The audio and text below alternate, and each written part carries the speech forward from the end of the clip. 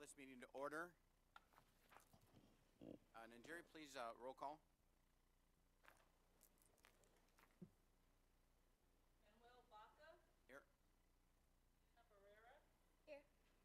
Jeffrey Baum. Here. Natalie Berg. Joseph J. Valinsky Jr. Here. Danny Hawkins. Here. Lance Izumi. Here. Deborah Malumed. Here. Henry Ramos. Gary Reed. Here. Very good. Jenna, could you please lead us in the pledge?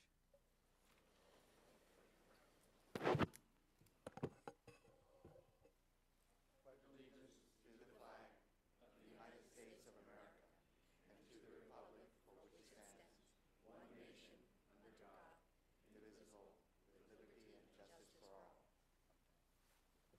Thank you. And Jenna Barrera, welcome to the board. Congratulations on your appointment. We're very happy to have you. Thank you very much. We'll give you an opportunity tomorrow to say a few words. All right. First of all, I'd like to thank Chancellor Frank Gornick and Don Workenstein and Carol Goldsmith, particularly Carol Goldsmith, for a tour this morning. We've had a great time here. We've been here less than a day, but this morning's tour was very informative. Enjoyed it very much. Of course, thank you for the lunch as well. But of course, in the community colleges, we seek to train for employment students, and jobs do matter. And I know that here in the Valley, we're doing a great job, and West Hill's doing a great job of training students for technologically driven jobs in a very important industry, of course, the agricultural industry, which is not only important to the state, but important to the country and parts of the world as well. So thank you very much for hosting us. We very much appreciate that. I also want to introduce a Fulbright scholar from Australia, Michelle Shorelli. Are you here? Where are you at? Welcome. Thank you for being with us here this morning. My report, I want to just cover a number of items, and I think I'll begin with the City College of San Francisco. I had an opportunity, along with the Chancellor, to visit there on opening day. And, I want to thank very much Chancellor Harris and Dr. Agrella, our independent trustee there, for the work that they're doing with the faculty and the staff of the City College of San Francisco as it faces a number of challenges there, and I think we're all very optimistic that they'll be able to work through, have made a lot of progress on some of the accreditation issues facing the college. And I think it's important to state that even though there are issues that are going on of one type or another by individuals who are supporting the college in terms of its grievance with the Accreditation Commission, and maybe there's also some people on the other side that try to draw criticism. The faculty has done an outstanding job there. I think it's very important to say that, because sometimes we get confused between the instructional delivery and maybe just some of the organizational issues. And certainly at City College of San Francisco, there are some organizational issues, but the instructional delivery is outstanding. I think that needs to be said. But I think Chancellor Harris is absolutely correct in saying that we need to stay focused on dealing with those, and not so much the other things that pop up. We'll leave that to other organizations and those within the City College to deal with those. And in the meantime, we'll stay focused on making sure that City College of San Francisco becomes or not only continues to be the outstanding instructional institution that it is, but also that it becomes stronger through this process. On another area, I did visit and was asked to do a presentation at Irvine Valley College last week, and at the opening of their Veterans Center there, and certainly want to thank Board President Padberg and Chancellor Portnoy, Glenn Rockmore from Irvine Valley, and Linda Fontanella, who's the VP of Student Services there. She's a former and a Vietnam veteran in the Air Force, and through the support, not only commitment of the district, but also the support of Wells Fargo Bank locally, a $50,000 contribution there to the Vet Center, they've established a really first-class facility for veterans. And I think having something like that is critically important in order to ensure that there's success and retention among our veterans. And the district there has some 2,000 that are receiving benefits, probably a good number more that may not be, but that will use the services there. Continue to receive some really good positive, I know that we all do, in terms of our salary surfer student success scorecard. And want to thank Vice Chancellor Patrick Perry, of course, again, and his staff for the work that they've done there in the past. And I'm not sure that he's here with us right now, but he'll be here tomorrow. Just a note, at the budget workshop, Vice Chancellor Dan Troy was at Mount SAC and had quite a few people, and they responded very favorably to his and his staff's presentation on the state budget situation. I know that they were up at Sierra College as well on August 8th. Being from the LA area, I work closely with a lot of individuals in the LA Orange County area with regard to the career tech education and the consortiums there. And I know that the Vice Chancellor Ton Quinlivan has done a great deal of work in just trying to get that working well, and it's making some very good progress, because doing what matters for jobs and the economy is important. And so I just want to add that. You know, I have been trying to educate myself even a little bit more in terms of adult ed and continuing ed. I think it's critically important to the state as we go through this transition, trying to figure out, you know, where is it that the adult learner is, working with K-12, of course, to try to maybe divine or organize or use an approach that maybe works best for this very critical population. I think in the meantime, within the community colleges, we certainly have to make a commitment to the adult learner, and maybe visit some of the funding structural issues as well that we're doing, but also maybe taking a look at some of the support services through non-credit matriculation and how we deal with that. I know that Vice Chancellor Barry Russell and Linda Makalowski are both engaged in that discussion. You know, just a couple of, in closing, just a couple of upcoming events, and to highlight right about the time of our next meeting, Assistant Vice Chancellor Fred Harris and his staff are going to work on the Green Community College Summit and Exposition November 6th and 7th at the Pasadena Convention Center. Best practices outlined, sustainability template developed for the community colleges is something that is going to be the theme there. Of course, responding to Proposition 39, AB 32, the Global Warming Solution Act of 2006 is an important one. And I understand that there'll be quite a few private companies there involved in environmental technologies. I think, you know, that'll be a great event and certainly a great venue there in Pasadena.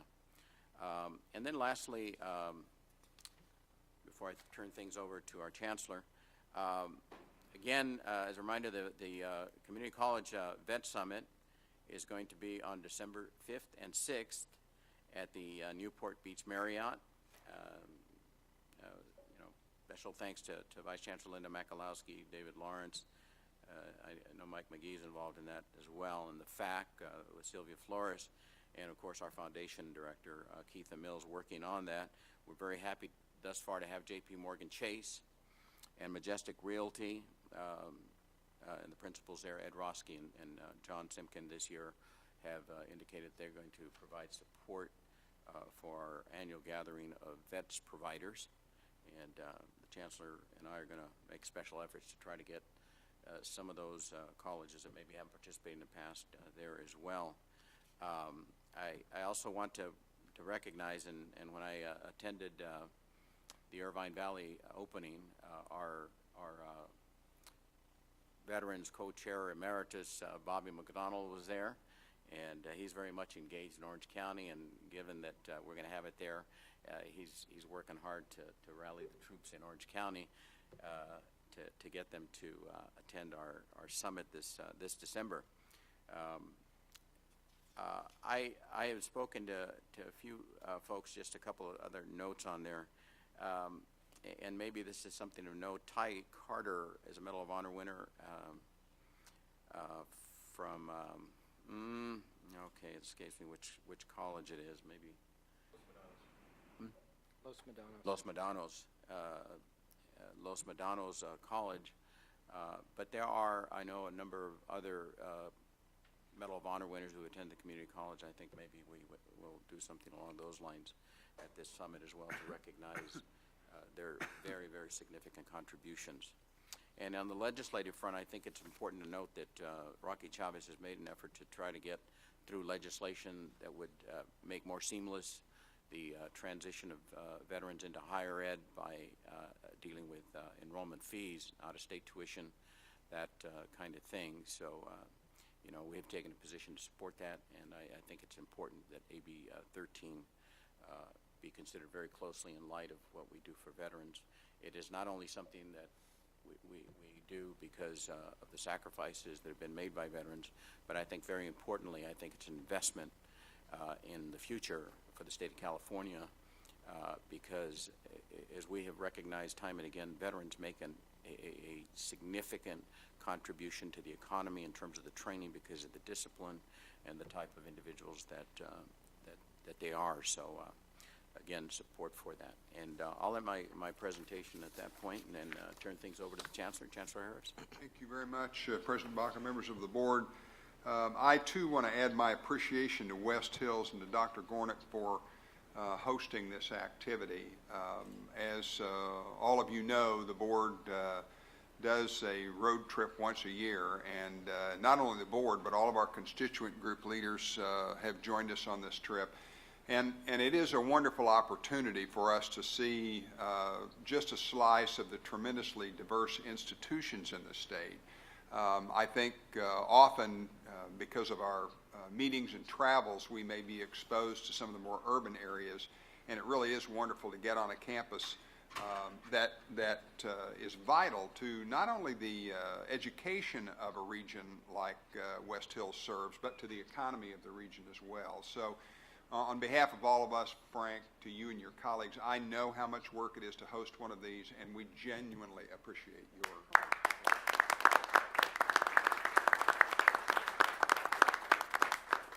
Tomorrow morning, you're going to get a chance to tour this campus, and I encourage you to participate in that. Frank and I were musing a little bit earlier that it was in January of 2001, September of 2001, that this Board of Governors hosted Frank and made the approval for the really beginning of what we have here. So this entire operation is less than 15 years of age, and you can see what a wonderful job they've done in a very short period of time. Last month was an exciting time for all of us. Since we had the last board meeting in July, in early August, the board will recall we did make a trip to Washington, D.C., along with Patrick Perry, Vice Chancellor of Information Technology, Vice Chancellor Ton Quinn-Livin for Economic and Workforce Development, and Vice Chancellor Feast for Communications, to talk with not only our elected officials but the heads of a number of important organizations about both our scorecard tool and our salary surfer, which came online, as the board remembers, back in May and June respectively. We received tremendous support in D.C., both from the media as well as from the College Board, AACC, the ACE, the U.S. Chamber of Commerce. It was really quite an impressive group of folks that we had a chance to demonstrate both of those systems to. They were uniformly supportive of the work that we're doing, and I think it really did, for all of us, validate the importance of us getting to D.C. at least a couple of times a year to talk about the wonderful things going on in California's community colleges. It's wonderful, by the way, to have a member of our board who we consider to be our emissary in D.C. Dr. Malumed splits her time between California and supporting her husband, a new U.S. congressman. And so it's always great to have sort of a beachhead headed up by Debbie all the time. We appreciate that. Thank you. It was a great trip, and I think we are going to do more of that in the future.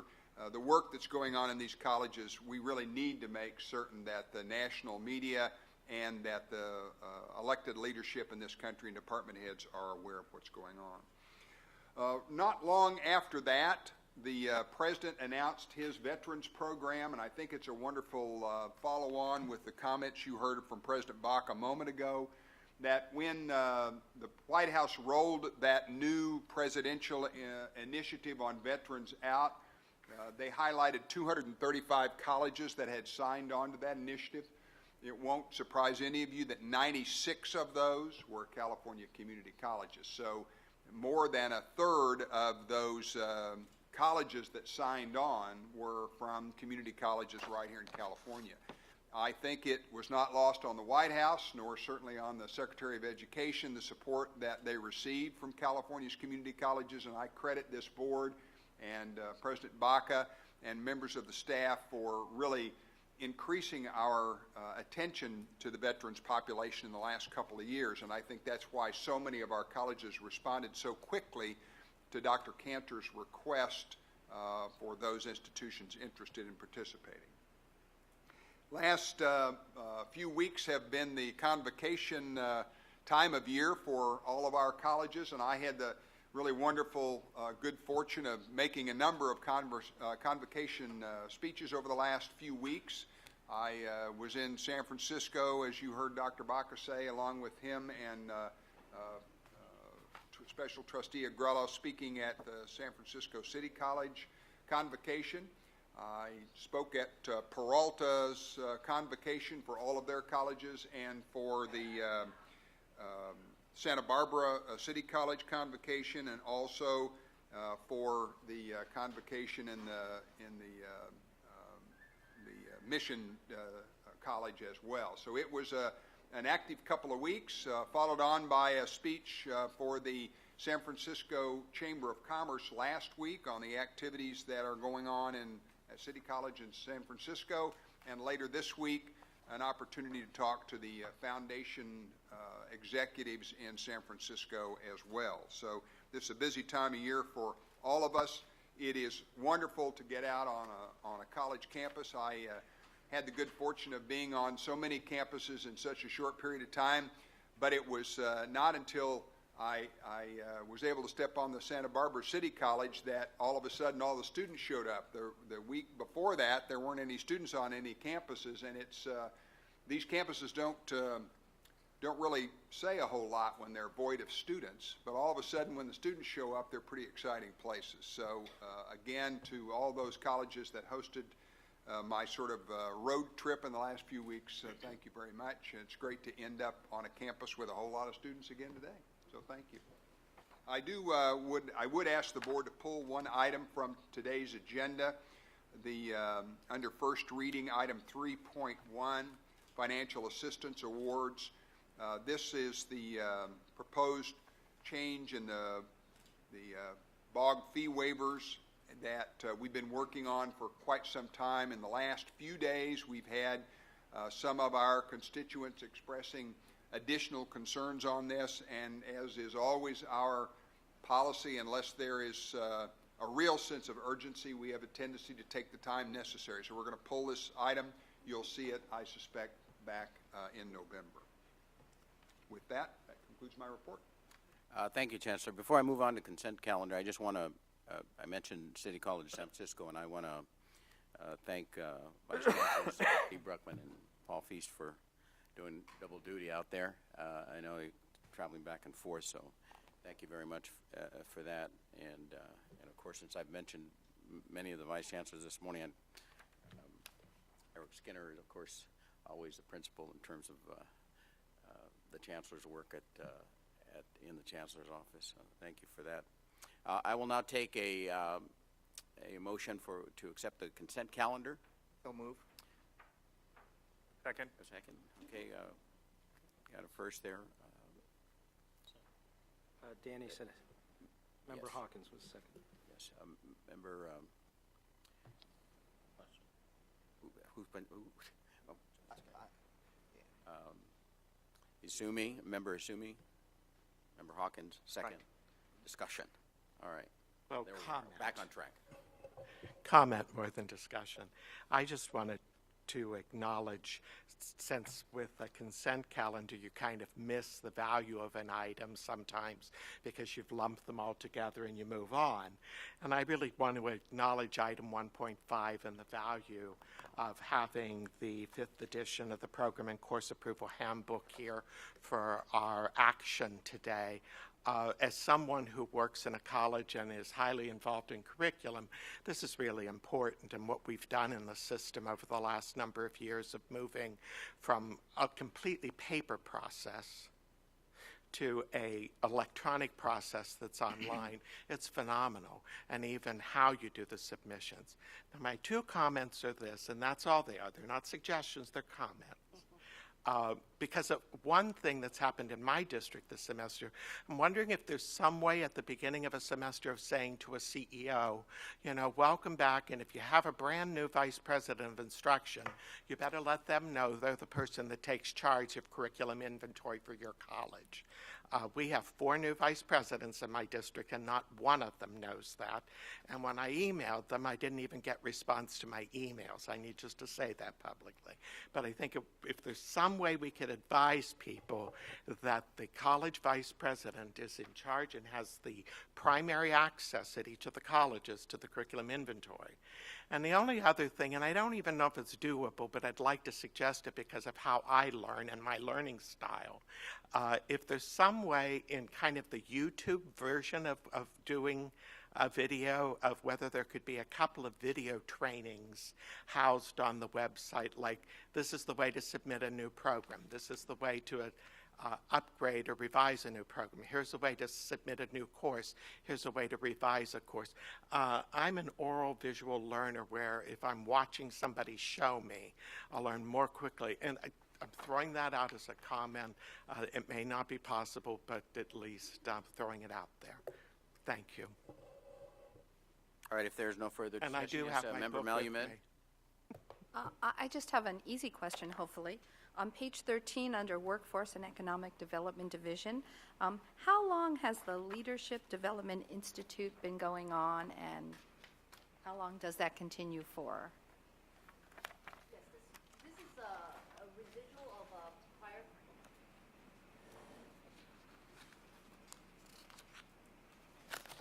Yes, this is a residual of a prior commitment, so this is wrapping up in this cycle. And how long has it been going on for? It has been going on for a year prior. Oh, okay, thank you. Okay, if there's no further discussion or comments, all in favor, please say aye. Aye. Aye. Okay, consent calendar is approved. We'll move on to action item number 2.1, open licensing for Chancellor's Office grants. This item recommends approval of the changes to sections 318, 319 of the procedures and standing order of the Board of Governors. Chancellor. Thank you, President Barker, members of the board. Barry Russell, Vice Chancellor, will introduce and answer your questions on this item. Barry? President Baca and members of the board, good afternoon. And this is an exciting item for us, although it may not have a huge impact on every campus. It will have an impact across the state and will spread out the information that we are producing through the grant contracts that we issue at the Chancellor's Office. So in your standing orders, you already have a statement that provides for intellectual property that are for products that are created through Chancellor's Office activities resides with the Chancellor's Office. The Creative Commons project came on just a few years back when many of the open educational resources were being developed across the nation. Those are the online textbooks, the low-cost or no-cost textbooks that are available to students. That industry has been really thriving, probably over the last 5 years mostly.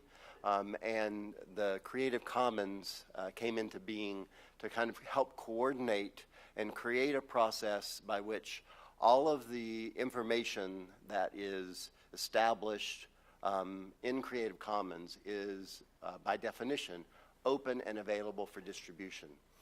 As long as the person distributing the information notes that the product came from somebody, from the original person, then they can modify it, change it, do other things to it. So, for example, one of the projects that happens is if a textbook gets created that is in the Creative Commons area, then another faculty member from a different campus or from across the world can then download that textbook, add their own examples, can change some things, as long as they cite that the original textbook came from the certain person who has the name on it, and then they can adapt it, and then it can then be pushed out again and adapted again and again.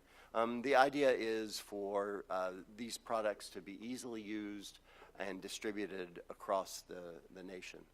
So what we would like to do is, in your standing orders, in addition to the intellectual property statement, is to state that all grants and contracts must, products that are created through the grants and contracts at the Chancellor's office have the CC BY license. And there's a picture of the image there. It does not change the copyright material. The copyright still resides with the original owner of the material, but it does provide the symbol, and it's gaining notoriety across the nation. There are already several states who have adopted this statewide. California will be by far the largest state, obviously, to have this CC BY license in its system. So we think it is a good thing for the system. It's a good thing for getting information out, and will drive products out to the field so that more faculty and staff can use them. Any questions? No questions, but just a comment. Member Valansky? Just to acknowledge the value of this Creative Commons, and the best thing about it from my perspective is how it reduces the cost of textbooks if you use the textbooks on this. Because several years ago, I remember Dr. Barbara Olowski, who's now at the Chancellor's office in the basic skills area, writing a math textbook in statistics, where a statistics book might cost $100 to $150, and you could just use this by printing it out on paper. So I want to just tout that this is very important. Vice President Baum? First, thank you for bringing this forward. I think it really does put the system at the forefront of intellectual property, and a lot of faculty and others I know too just wanted to have a system by which they could use material and then modify it, and this will at least reduce anxiety and give people a systematic approach. Is there a cost involved for applying that CC license? No cost. So it's just putting it and incorporating it and then agreeing to play by those rules. Correct. And then because I think there's so much intellectual content that's being produced throughout the system that it'll be good to have this. But it also still does protect the original producer of that content, at least from to ensure that they're acknowledged for the content that they produced as well, too. And to follow up on previous comment by Member Belansky, our plan is to provide a webinar to the system that can be recorded that will explain the CC BY license, so that when people are doing grants or wanting to know information, we'll have something permanent that resides, that will have a discussion and more information about how it all works, so they can tap into that. That is helpful. Member Sumi? I want to thank Vice Chancellor Russell for the presentation and bringing this issue forward. As my colleagues have stated, I serve actually on a board of directors for a nonprofit think tank that promotes open education resources and Creative Commons. And so I think that this is a very good thing, and I think that for the Chancellor's Office to become involved in it would be a catalyst, for many other players to follow as well. So I think that to become a model in this area, is important because it's really the wave of the future, and I just think we need to make sure people understand that there isn't a lot to be afraid about it, and there are all kinds of good things that will come out of it, and that's something that I think that the Chancellor's Office has done an extremely good job at doing. So thank you very much. Member Malumed? I'm just not sure, is Creative Commons a name that California gave it, or is that a national name? It's basically an international name. It does go around the world. Okay. It was, the group was created, and I don't know the exact date, but it was 5 years ago or so. They now have pushed out all this into the international open educational research resources world. And it is becoming an international, Barbara Ilowski, that was mentioned, just received the International Award for her work in the OER world. So it is an international group, and with California getting into this Creative Commons, it will make a big splash. So if it's created by Lance Azumi, but now I'm modifying it, you would just add modified by? Right. And are you allowed to modify like half of it or 75% of it? There's, whatever. Yeah. Okay. Great, thank you. And then just to clarify, though, if Lance came out with a book that said the world is round, and I wanted to modify it and say the world is flat, it's not quite that way. I mean, how would you see that? Right there, I mean, there are some standard restrictions, and you can't change the original work to say something it didn't But originally I can say. add an appendix or a chapter. Right. Yeah. So you can't modify it to the point that it's untrue. Right. And it's, we had that same sort of development in the wiki world, and when there were a lot of the development of Wikipedia with people putting information out and then someone modifying it. But that's kind of settled down now, and it really is interesting how all of that has developed now to actually a pretty strong resource, as long as you check the facts. I would defer to you, though. Any further discussion, questions? All right, I'll entertain a motion to approve changes to Section 318 and 319 of the Procedure and Standing Orders of the Board of Governors, action item number 2.1. So moved. Okay, Member Second. Belansky and Member Asumi is second. All in favor, please indicate aye. Aye. All right, thank you very much. We'll move on to action item number 2.2, 2014-15 system budget request. This item recommends approval of the California Community Colleges Systems budget request for 2014-15. And before we go on for discussion, if we can have a motion on this one, please. Move approval. Okay, Vice President Baum, Member Reed seconds. Okay, and for that, we'll have a public. Thank you. Do you want to have the public comment before? Let's let Dan. Okay. We'll let Dan. All right. Thank you, President Baca, members of the board. Let me, before I turn this over to Dan, let me first of all remind all of us that here we are barely settled into 13-14, and now we're working on the system proposal for the coming year. And as all of us know, there is a good deal of work to be done as we prepare for that. The one thing I would, before turning this over to Dan, like to underscore is that we really have seen in the last few months a tremendous uptick in the willingness of the Department of Finance and the administration to consult with us in a great more detail than we've had in the past in terms of development of this proposal. Dan and Eric, Vince, and others have done a lot of work already with finance and the administration.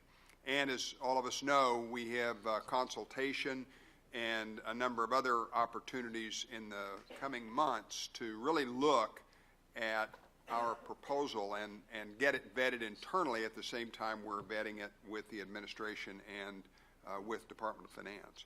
But I would like at this point to ask Dan Troy to brief you on the proposal, and then we'll go from there. Yes, thank you, President Baca, Vice President Baum, Chancellor Harris, members of the board. Good afternoon. Before you today is this 2014-15 system budget request. As the Chancellor noted, the timing of this is often comes very rapidly after the conclusion of the 13-14 request, but those are statutory deadlines. We have to have that to Department of Finance by the middle of September. So the process began way back in June when we convened a budget work group, which included various system stakeholders, to begin the discussion of what our priorities are for the system going forward into the 2014-15 year. We laid out some very broad principles at that time, which we briefed the board on in July. At the time, we agreed to limit the request into the neighborhood of approximately $600 million, despite the fact that I think we could certainly argue that the system's minimum need can go well beyond that. But we do want to present a request to the governor and the Department of Finance that does recognize the realities of Proposition 98 and the revenues we're likely to get, and with that in mind, seek a balance between meeting the system's needs and having a request that reflects our priorities within the likely dollars that we can expect to receive. So after briefing the board in July on some of those major priorities, the work group convened again, and we agreed to continue the same approach we have for the 13-14 year broadly, which was to request a very balanced proposal. Some of the discussion we had over this past year included not only restoring access to the system. Of course, we saw huge numbers of students turned away from our system due to the budget cuts subsequent to the 2007-8 fiscal year. We want to do what we can to have a substantial request to bring some more of those students back into the system. But we also want to make sure that what we're providing to the students is quality instruction so that they can meet their goals and meet the very important key state priorities of getting their job certificates, basic skills, career technical education, transfer to four-year universities. In addition to the shedding of all the students we saw in recent years, we also saw a diminution in the dollars per student that we're able to expend on those students, both in a foregone purchasing power with lack of COLAs, and of course very large cuts to categorical programs. So we tried to shape a request that would help restore all of those items of our budget in a fairly balanced way, and I think this is a consensus document that I think goes a long way toward doing that. Broadly, we're seeing much better news these days in terms of the state budget. With the passage of Prop 30, of course, has been the big lifesaver for us that avoided what would have been major trigger cuts in the 2012-13 year if that measure had failed. Fortunately, the voters stood up for reinvestment in education, and we were able to avoid those cuts that year and achieve a little bit of enrollment growth in the 12-13 fiscal year. That continued through the 13-14 fiscal year request. We saw a budget that was by and large very balanced. We received our first COLA for the first time since 2007-8. We have approximately $90 million in new funds for access, and we saw $88 million restored to categorical program funding, including about $50 million for the Student Success and Support Program, which was a major priority of this Board of Governors through its adoption of the Student Success Task Force recommendations. So this 14-15 request proposes to follow very much in the same path. So the first item I'll talk about today in broad measure is COLA.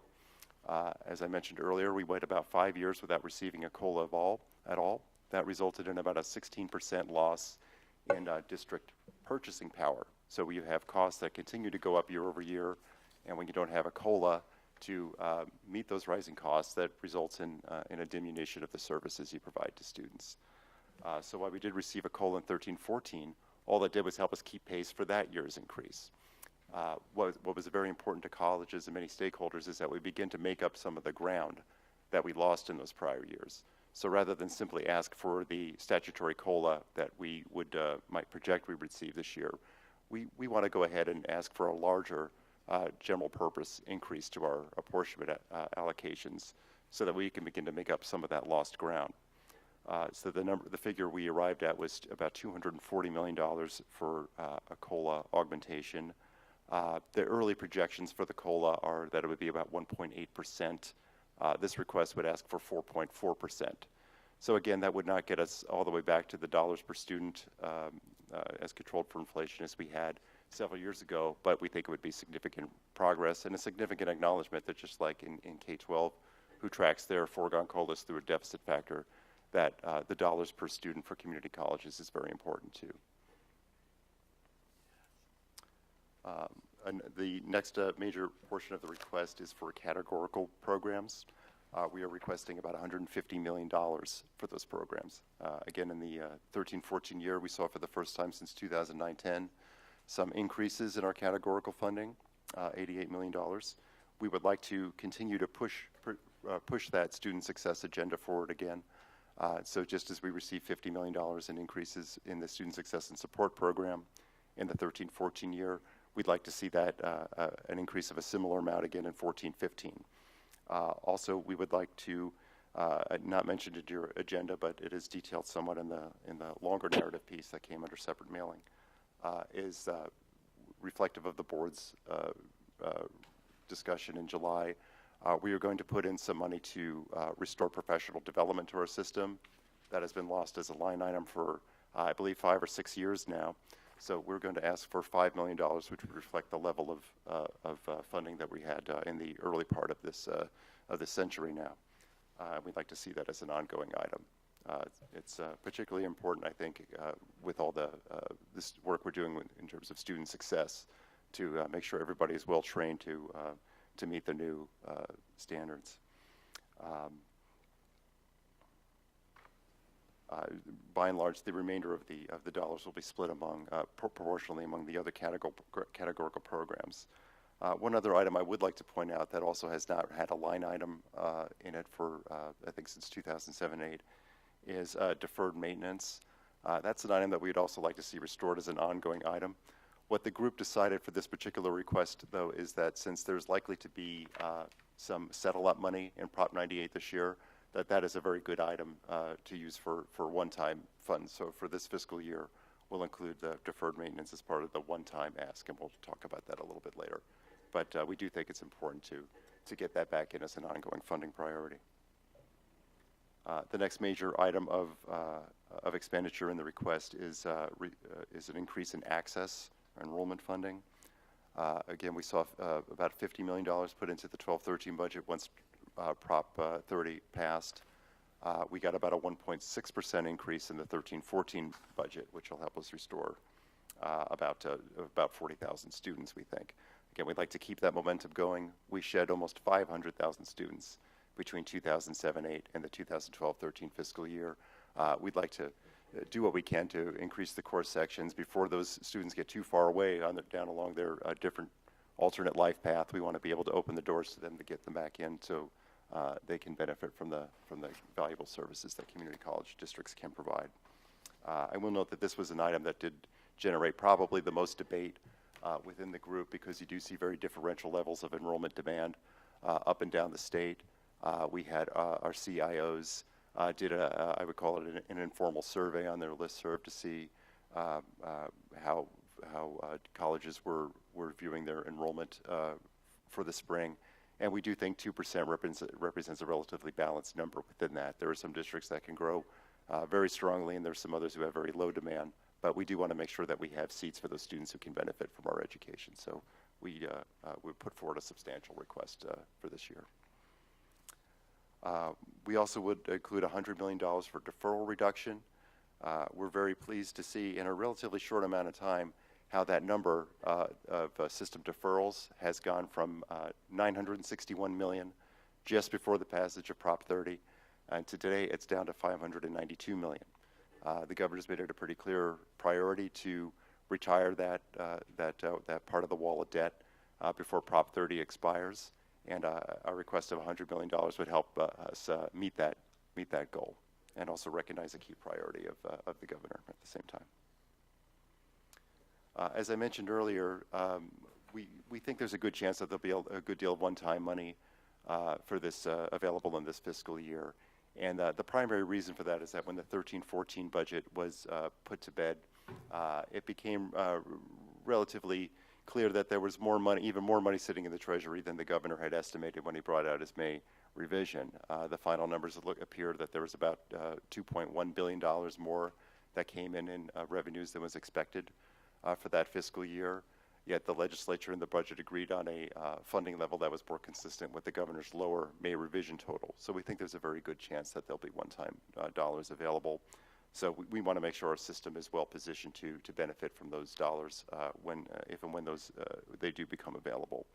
So some of the priorities our work group focused on, as mentioned earlier, deferred maintenance. We have deferred maintenance needs each year that take up about $200 million or so on average.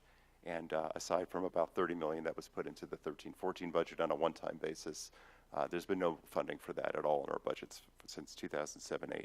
So we think that's a very, very important priority to list for one-time funding.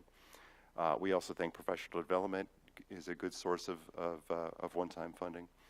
And also, as always, we have hundreds of millions of dollars in prior year unfunded mandate claims.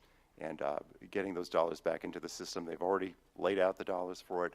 Getting those dollars back into the system would help, I think, districts do some good one-time expenditures on their campuses to help support student success. Broadly, there are some caveats to the to the budget situation right now that I did want to bring to your attention, and this next piece of the request certainly highlights that. 4 years ago, our system's base apportionment budget was 2/3 Budget Act General Fund and 1/3 revenue estimates, so property tax and fees. So our system has always had a great deal of exposure toward risk, that the revenues estimated at the initial budget would not hold up at the end of the year, and we'd be at risk of ending the year in a deficit. For 2012-13, those numbers are reversed. About 1/3 of our budget is in Budget Act General Fund, and the other 2/3 are revenue estimates from not only property taxes, but also the RDA revenues, the Educational Protectional Account revenues, which is Prop 30, fees, of course. So our system has never been under greater exposure for risk than we are right now. Unfortunately, right now we're seeing this play out in real time, as we are not seeing the level of backfill for the RDA level for the RDA revenues as our numbers are showing. The governor has the statute that provided the backfill gave the authority to the Department of Finance to determine the level of backfill that they thought was required, and they have a projection that is much higher than the revenues that we are seeing through our discussions and surveys with our districts. In fact, the difference is close to about $90 million. And to put that in some perspective, $90 million is about the level of funding we received for new access for the 13-14 fiscal year. So this is a very significant hardship for districts who are ending that fiscal year without seeing the RDA revenues or a general fund backfill to help fill that hole. Through some very tireless and great work from our partners with the League. Teresa Ten has been very involved in our discussions with finance. The ACPO board has gone above and beyond the call of duty. Dr. Bonnie Dowd from San Diego Community College District has expended funds from her own districts to contract with consultants to try to source out the discrepancies between the counter reports that finance is looking at and what our districts are seeing. And through those efforts, we believe there'll be a provision in a budget trailer bill passed this week that will allow finance another opportunity to provide more backfill by the end of this calendar year based on the final county revenue reports they see in November. So certainly we're hopeful that we'll have a better resolution of the issue by the end of this year, But I think we also know that that's a timing that creates problems for districts. And going forward, that's an issue that needs to be fixed. We need a backfill of all the revenues that are estimated to be part of our budget, and we need to have that done in a manner timely enough to allow districts to actually expend those funds and help students. So with that in mind, that is an important piece of our request. It's not a dollar request, it's a policy request. We'd like to see, if not a full-on continuous appropriation, which K-12 enjoys, we need to have some provisions that define earlier in the fiscal year what the revenue estimates are and provide a timely backfill for those districts so districts can end the fiscal year knowing how much money they have. And it seems that too often that is not occurring in our system. So with that in mind, I would conclude my presentation by noting I think we have a balanced request here. As Chancellor Harris noted earlier, I think by and large we're on most policy issues we're hand in hand with the governor, the Department of Finance, and the legislature on supporting the work of the Student Success Task Force, pushing that forward. And I think this request helps push that forward again another year and reflects the consensus of the work group and the consultation council and also the comments from the Board of Governors in the July meeting. And with that, I'd ask for your request for the system or budget request for the 2014-15 fiscal year. Thank you, Vice Chancellor Troy. Before we move on to board comments, we do have a public comment. Vice President Baum, please. Yes, John Queen, Dr. Queen from Glendale College and from the Faculty Association.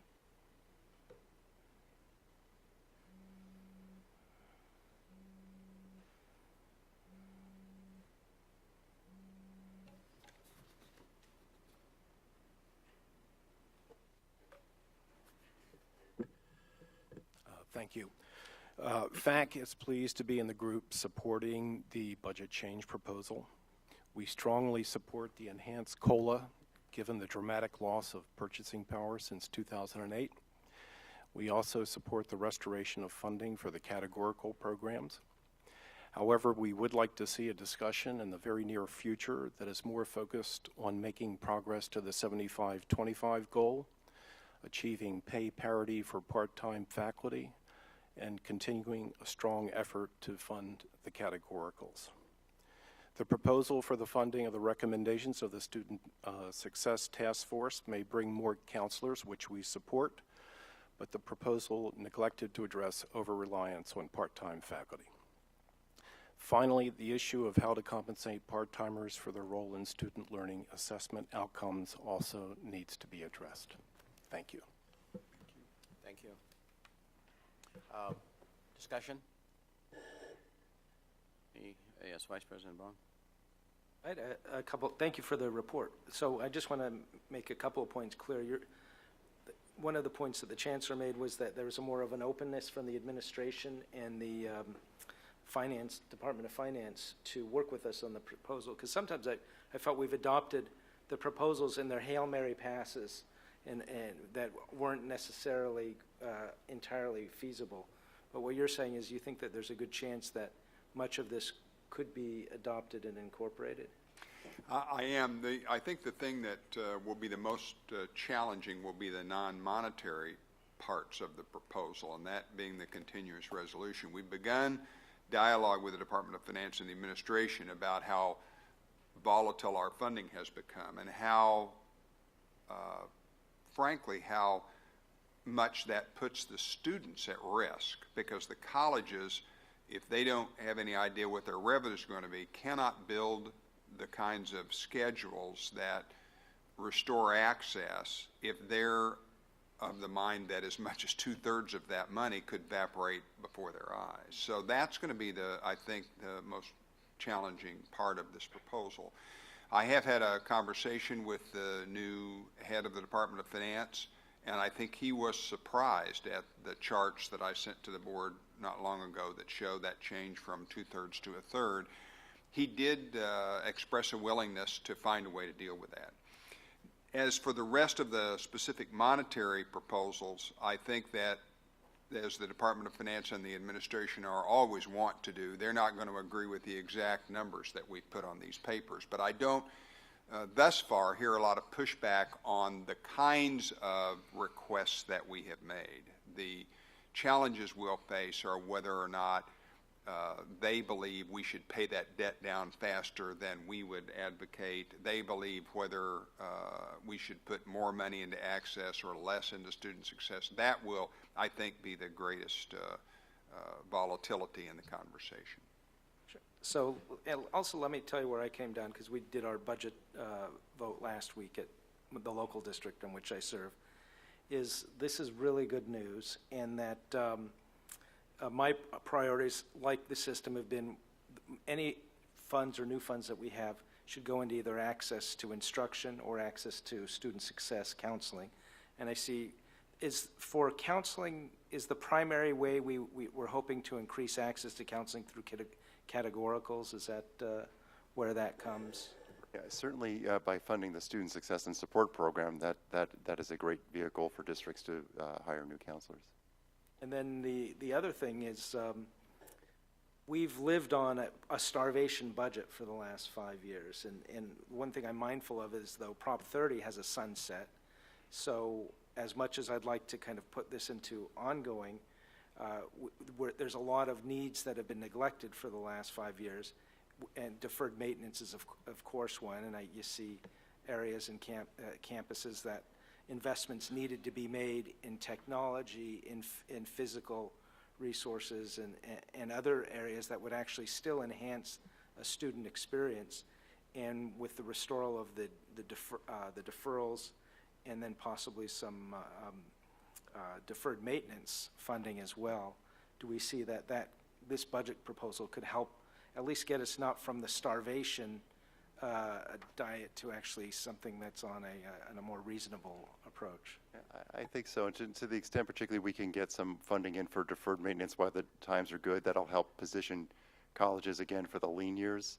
Also, paying down the deferrals. If there's no extension of the Prop 30 tax increases at some later date, and I'm sure there may be some effort to do that down the road, but if that doesn't occur, by paying down the deferral, we are giving the state a lever they could increase that again when the times get a little bit leaner down the road, rather than pure program reductions.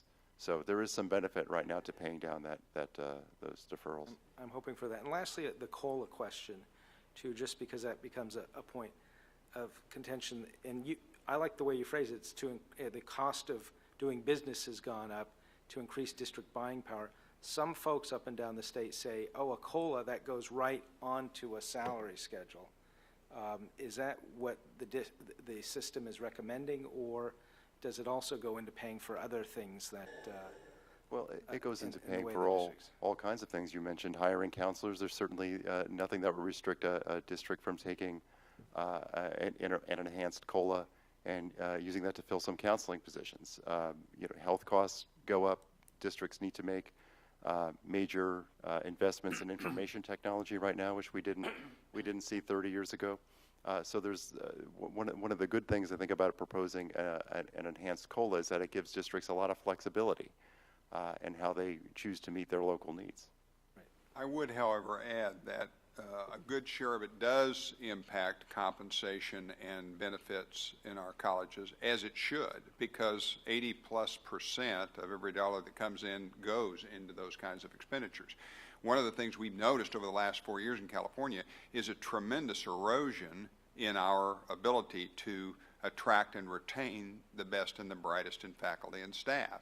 And if we allow those schedules and the compensation of our employees to erode too much, then you get not only companies leaving California and going to Texas, but you get really bright faculty and staff members doing that as well. So a super COLA, as you see here, does help our colleges both pay for increased costs for lighting and air conditioning and equipment repair, but also the appropriate increased costs of their staffing. Yeah, that was the point I was making. It can help increase compensation, but it's also pegged to a number of other increased costs for districts. That's right. As one CBO put it to me this way a couple of years ago. He says, when we don't get a COLA, that's a cut. And that's what's happening here. So what we're trying to do here is reverse some of that. Just because I've been experienced, though, too, some don't understand why that doesn't, the entire amount doesn't automatically just get put onto a step and column scale, because the districts are weighing all those costs. They want to increase compensation, but they also have to pay for increased benefits and other issues, expenses. And couldn't they also use the money, because they had to cut positions to get to the budget number they were given? Now, with the cost of living, you might be able to then add back some of those positions, Exactly. That's correct. which we desperately need. Those are decisions made at the local level. Exactly. And the reductions were made at local level, and different colleges handled those differently. Some of them, as you point out, literally took positions out. Others took all positions down, so there are a variety of. Right. Member Hawkins? Yes, I just wanted to thank Vice Chancellor Troy and Chancellor Harris for including the professional development. That's a big deal. And also recognizing the instructional materials.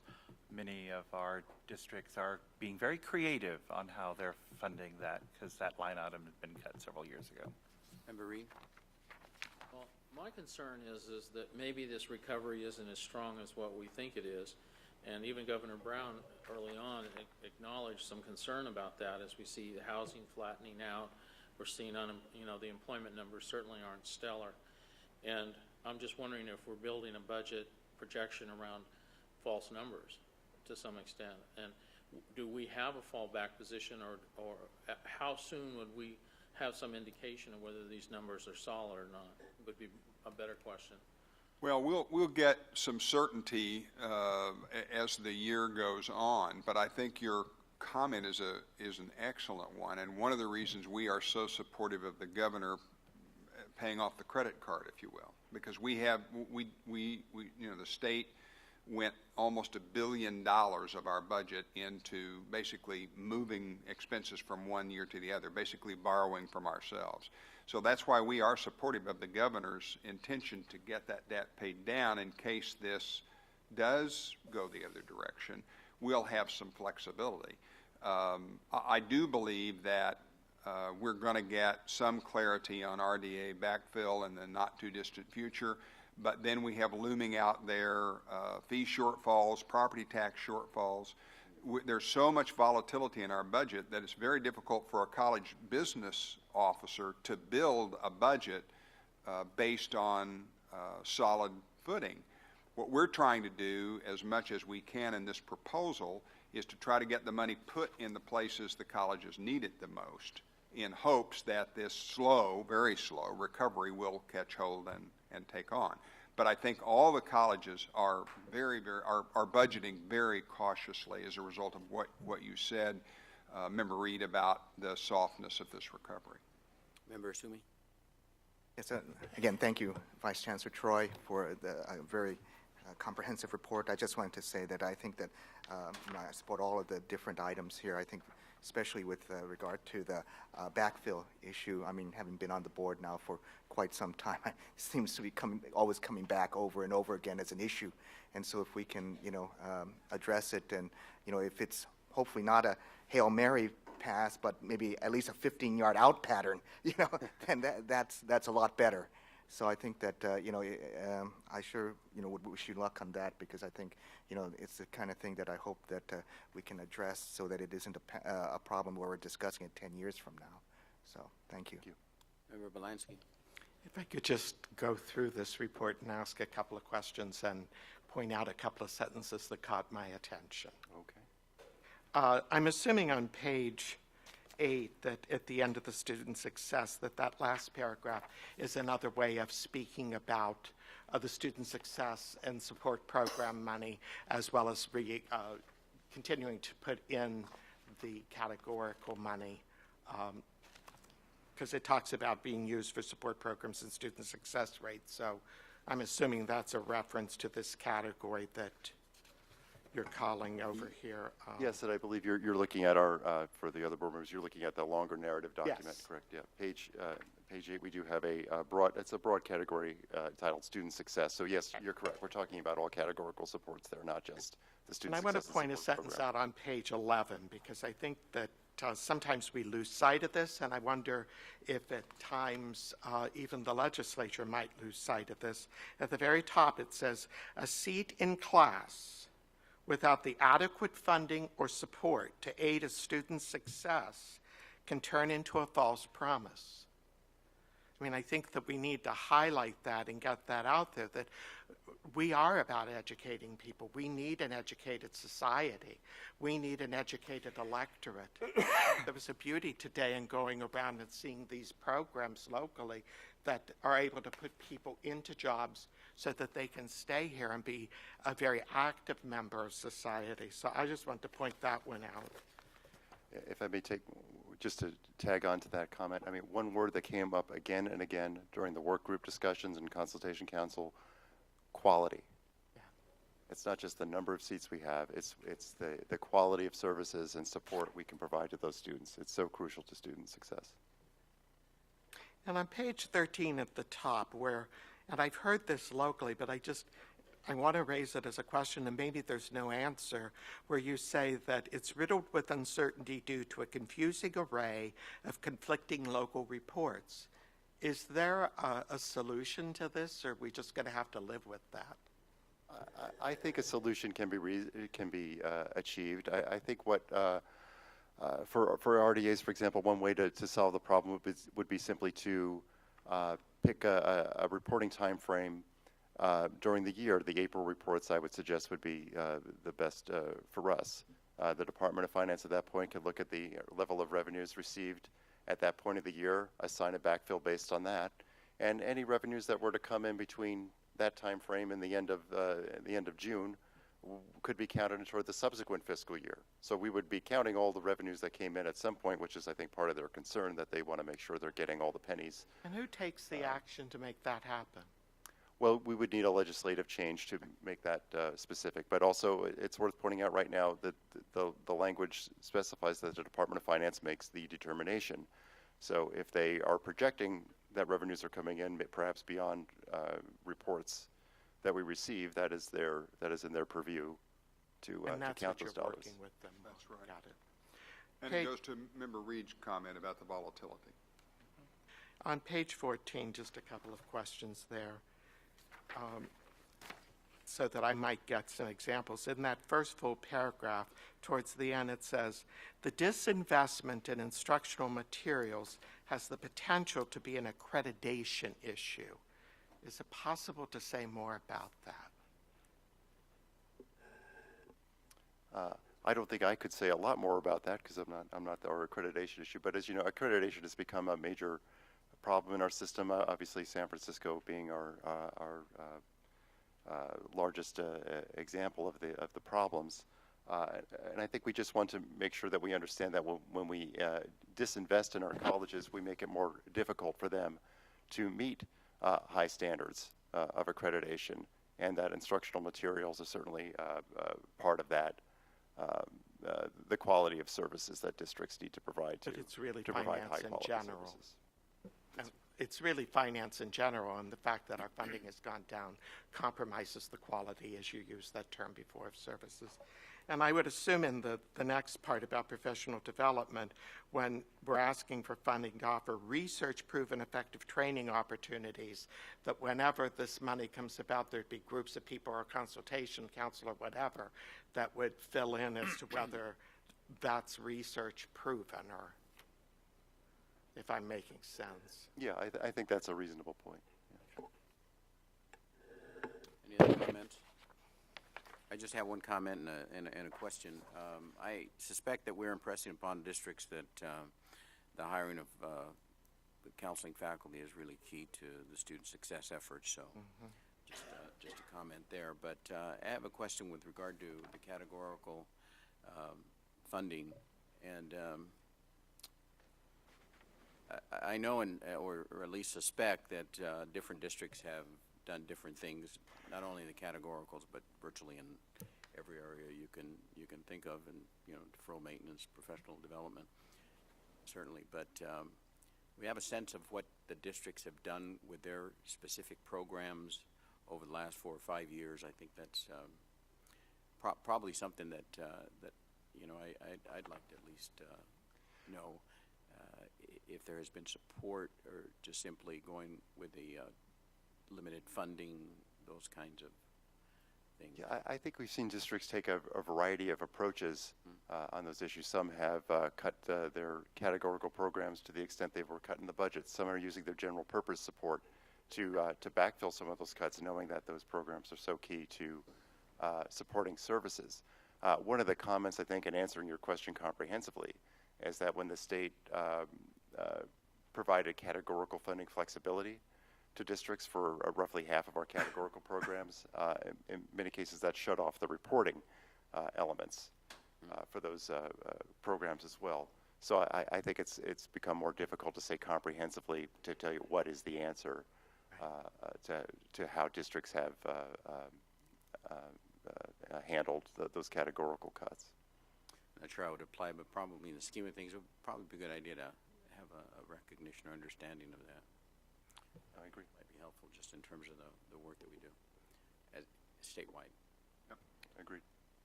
Okay, any other comments? If not, thank you very much, Vice Chancellor Troy.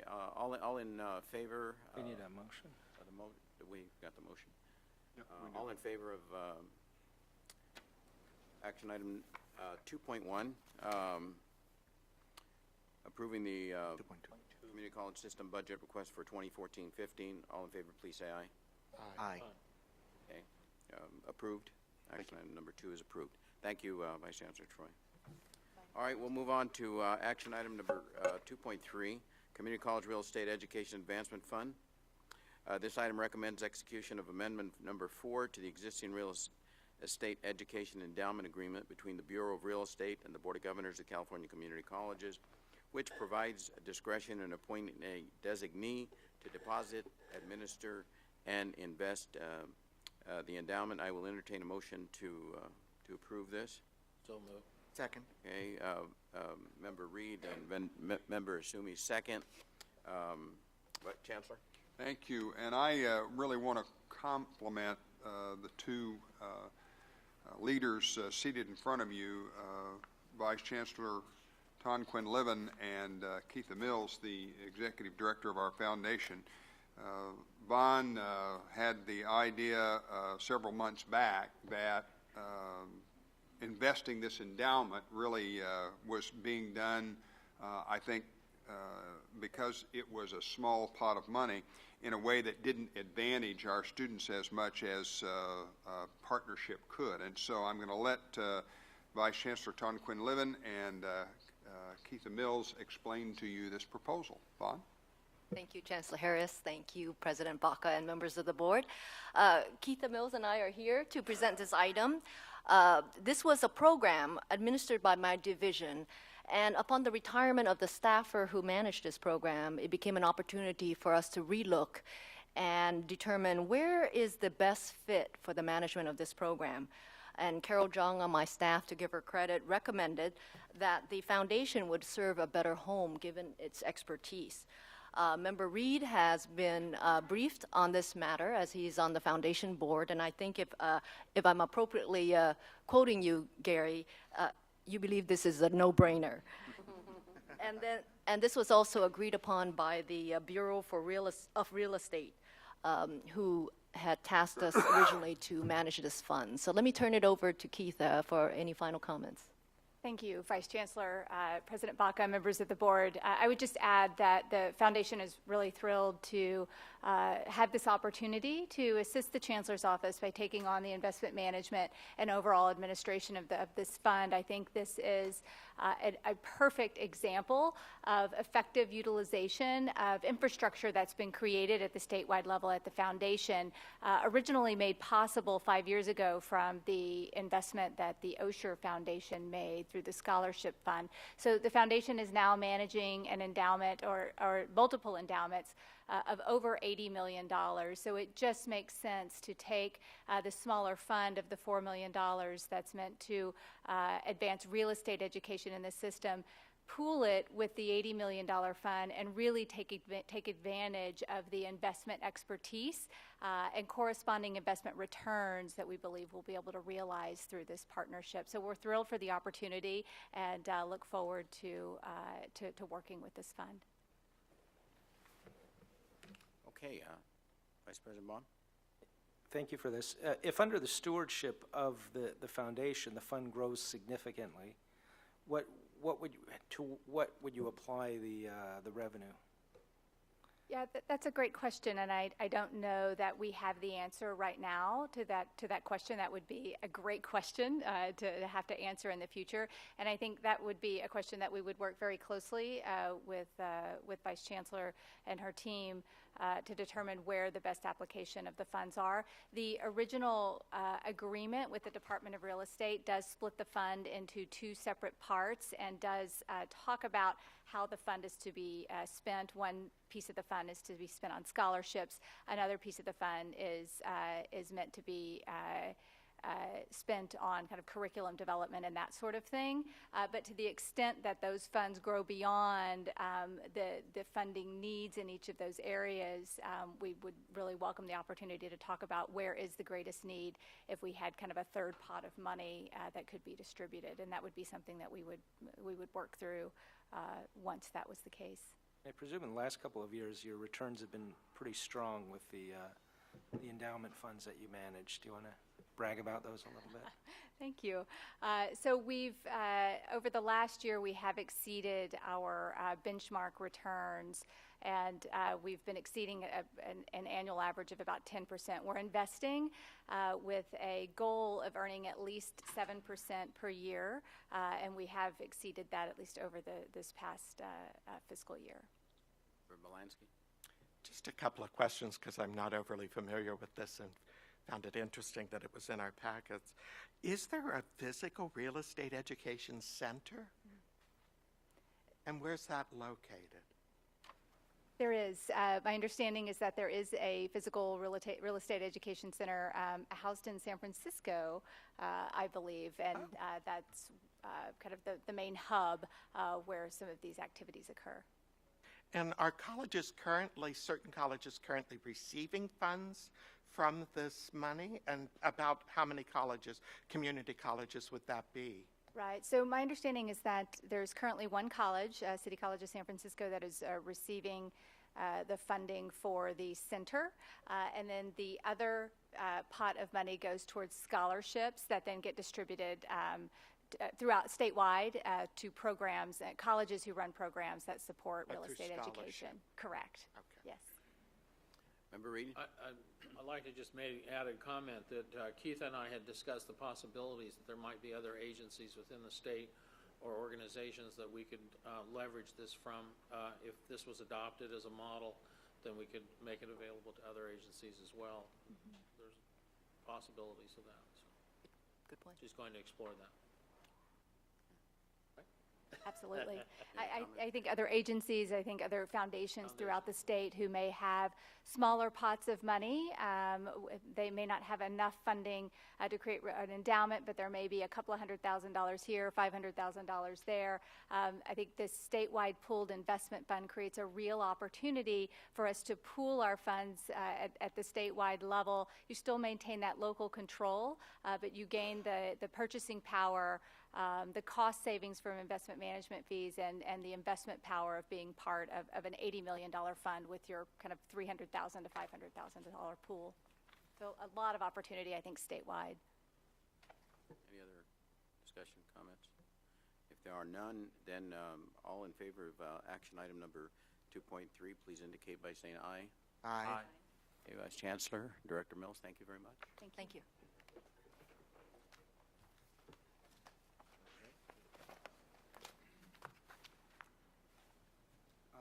Let's go ahead and get through these. All right, as Chancellor Harris indicated, item number first reading 3.1 has been pulled, so we'll move to item number 3.2, revision of Title V regulations to authorize appointment of a special trustee. This item requests consideration of adopting changes to Title V regulations. Chancellor? I would simply remind the board that at your last meeting, you took emergency action to elevate the special trustee in City College of San Francisco. And as is the case, anytime we may ask you to make emergency changes in regulations and policies, we then come back and present the formal regular process for those. And item 3.2 does just that. Steve? President Baca, Vice President Baum, members of the board, that was a very good synopsis of what's being presented to you here today. I would only add that this regulation is almost identical to the regulation that was presented to you last time in July. There is one change, one word. At the Consultation Council meeting in August, the Consultation Council reviewed this and raised concerns that it might give the board too much opportunity to intervene in the affairs of local districts.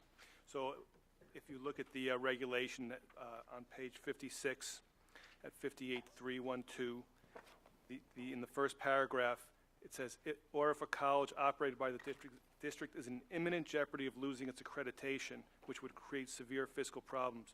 The word imminent was added there.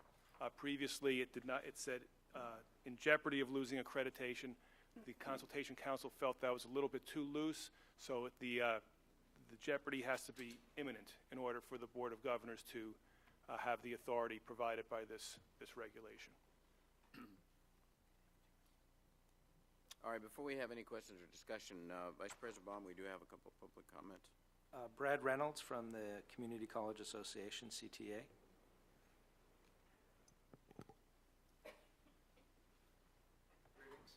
My name is Brad Reynolds, and I wanted to speak on behalf of the Community College Association, California Teachers Association. CTA is very concerned about the idea of replacing an elected board of trustees with someone from outside the community college and the community, who was not chosen through a democratic process. CTA believes strongly in the support from local control and decision-making, and therefore we are against regulations which codify the concept of handing power to an appointed trustee, no matter how qualified the person is. Thank you. Lacey Barnes from CFT.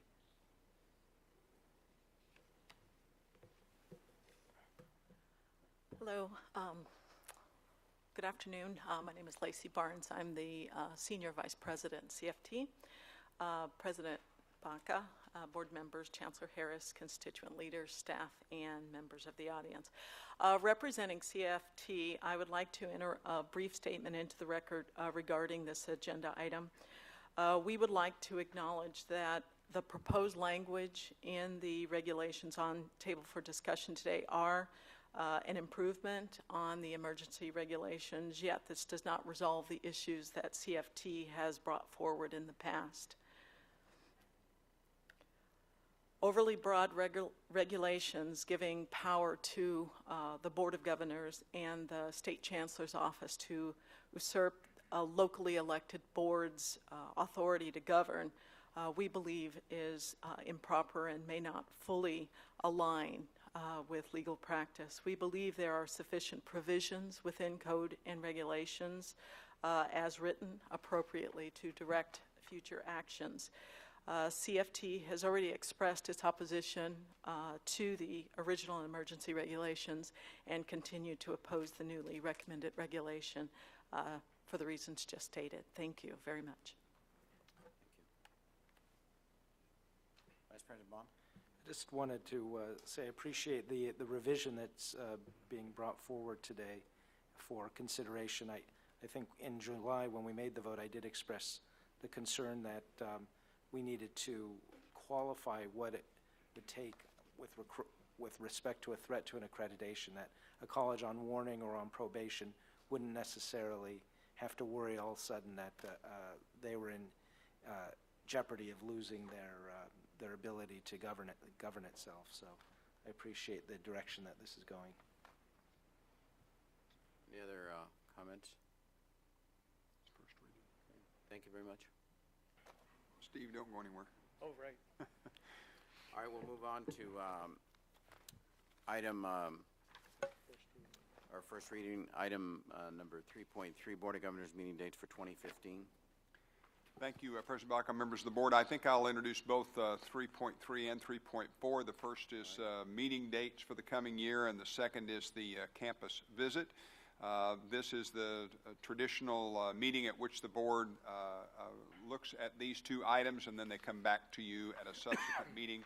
I would simply underscore that in item 3.3, we did, as the board suggested earlier, reconfigure the meeting dates, especially in January and May, to better conform with the budget development process at the state level. In doing that and looking at several of the other meetings that were at different times in the month, we tried to talk with all of our constituent groups and in effect make an overall change to the calendar that we think makes the meetings considerably more predictable than they would have been had we just changed one or two of those. And then in the second case, I would simply say to the board that we have had interest expressed in hosting you next year, and so that interest is reflected in 3.4. Steve, anything to add to either of those? With that, we recommend both 3.3 and 3.4 as a first reading, and we'll be glad to entertain any questions or comments. Vice President Baum? I want to say a principle too, though. I think among the most productive meetings I've had since I've been a member of this board for 5 years now have been the meetings out at the local campuses, and again, the visit here as well has made me appreciate the importance of getting us out of the system office and into seeing the instruction being delivered. And so, two things. One is I've recommended this before, but would it ever be possible for us to consider 2 such visits in a year? I know it is a logistical challenge both for the Chancellor's office and for the campuses themselves, but also wanted to entertain the possibility of visiting campuses in Southern California in coming years as well, perhaps Mount Sac or another one for consideration. Well, let me address both of your questions. The second one first, and that is if you look at the back on page 62, you see that we do try to the best of our ability to make certain that we represent all the regions of the state, and you're right. It would tend to be a Southern California location probably in 2015. And as to the multiple meetings, I think that you rightly pointed out the challenge, the logistical challenge of moving the board, and frankly the expense of that makes it difficult to schedule more than one of your only 6 meetings a year on the road. Having said that, this is your board, your meeting, and we'll certainly listen to your advice. I got spoiled. My first year we had 2. We had one at Lake Tahoe, and then we did San Francisco. But at the same time, I'm mindful of it. But if it were to be feasible, I would be supportive of it. And we're getting spoiled further here. Yeah, absolutely. Thanks, Frank. Any other comments? All right. Thank you very much. Appreciate it. I'm going to let Steve do the next item, an introduction, because he, in addition to being Executive Vice Chancellor, is our General Counsel. He has great advice on this. Steve? This is item 3.5, the call for nominations. And every year at the September meeting, the Board of Governors calls for nominations with the elections then scheduled in November. So at this time, members of the board may nominate candidates for the office of President, Vice President for the 2014 calendar year. I want to nominate our current board president, Manuel Baca, to continue for another year in the year of 2014. So I nominate our current president to continue. We need a second. Well, I don't know that I don't think a second is needed. This is simply a nomination. You'll vote next month. Well, let's close the nominations then. No further nominations for president. Are there nominations for vice president? Yes, I'd like to nominate Jeff Baum as vice president. Okay, then the elections will take place at the November meeting. Do we have to agree to accept the nomination? Yes. Thank you, Vice Chancellor Bruckman. We'll move on to first reading item 3.6, minimum qualifications, disciplines list additions and revisions. This item presents the additions and revisions to the minimum qualifications disciplines list. Thank you, President Baca, members of the board. As you will see before you, our academic leadership. This is a item you get to consider annually, and it is a pleasure to have both the Vice Chancellor and the President of the Academic Senate with us today. Thank you. It's good to be back up here, and President Baca and members of the board. The minimum qualifications document is a 2-year process, so every 2 years you will see this updated version. And this is one of the great opportunities. We have many opportunities, but this is one of them where the Academic Senate and the Chancellor's Office work hand in hand to develop this list, develop the policy, and we have lots of conversations back and forth about wording and all the little details. And it is a long process, but well thought out. And so I would like to have Beth just give you kind of an overview of the process that the Senate uses. Thank you, Barry, and thank you for letting me have this opportunity to explain a little bit about the disciplines list process. The disciplines list is the official record of the minimum qualifications that a faculty member must meet in order to teach in any one of our courses in the California community colleges. And that process to define the disciplines and approve them is facilitated through the Academic Senate, and we do that every couple of years. We have a regular cycle that we use.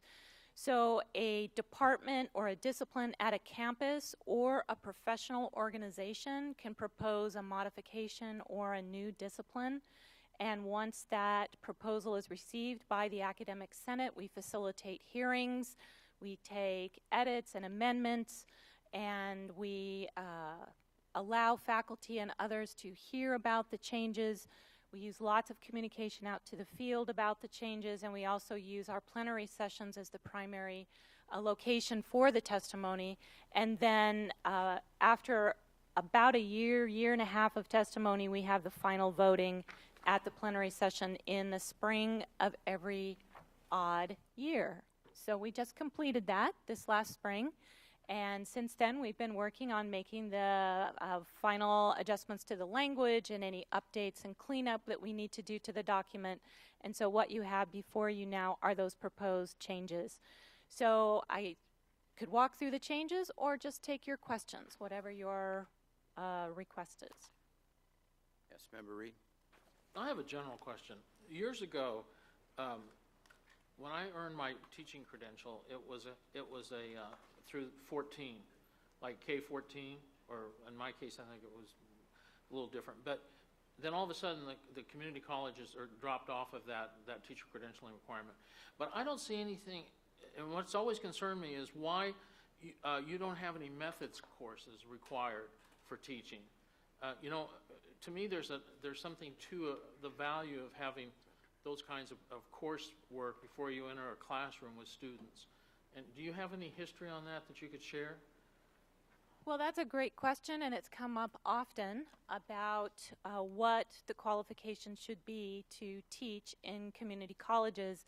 And what this list provides are the minimum qualifications, and that's based on expertise in a particular subject area.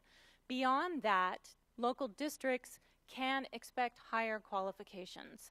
They may ask for the courses or the experience that you're talking about. But what this list does is just provide the floor. This is the minimum requirement. Can I ask a question? Yes, Member Belansky. I'd like to ask a question to make sure I understood what he even said. You were talking about teaching courses? Yes, methods courses. The qualifications to teach them, or that the courses actually are being taught? that the teacher had taken a methods course before entering the classroom to teach that particular subject matter. See, we do offer courses, but we can only, and I can say this as an articulation officer, we do offer courses in the community college for teacher education and teacher preparation, but we can only teach the courses that the four-year schools will let us teach, because they put a very clear cap on, we'll articulate these with you, but we won't articulate these with you. And I think the other thing, as you asked, that needs to be pointed out is we fortunately have one of the ADTs in teacher education preparation. It's basically K through 8. It's not really high school, but or whatever the terminology is. But I mean, we do things to the extent that the four-year school will let us. So I just want to make sure I'm clear, because I think we're talking about two different things. So if I need to provide further clarification on either one of those, I'd be happy to. Yeah, Member Reed, you were talking about college faculty, specifically community college faculty. Right. And just if I can jump in on that too, it's closely related to the item later on that you'll hear about professional development, is that many colleges in the past offered very strong professional development for first-year faculty coming in, because they found that they met minimum qualifications, they had great skill level within the context of the discipline in which they studied, but the transition into teaching, college teaching, was a little difficult. And so many colleges have that first-year training level, and sometimes it even goes into first or second year training level. Many of those, because of budget cuts, were cut or downsized a bit. And so our hope is to bring some of those back as well, to try to answer the question Member Reed brought up, is that this connection to the actual teaching matched with the minimum qualifications of the discipline background is a great pairing. Any other comments or questions? Vice Chancellor, President Smith, thank you very much. Appreciate it. Thank you. And I will thank Member Belansky, Member Reed, for Vice President Bond, myself, thank you for the nominations. And it is about 2:10 right now. We'll take a 15-minute break and reconvene at 2:25. How's that?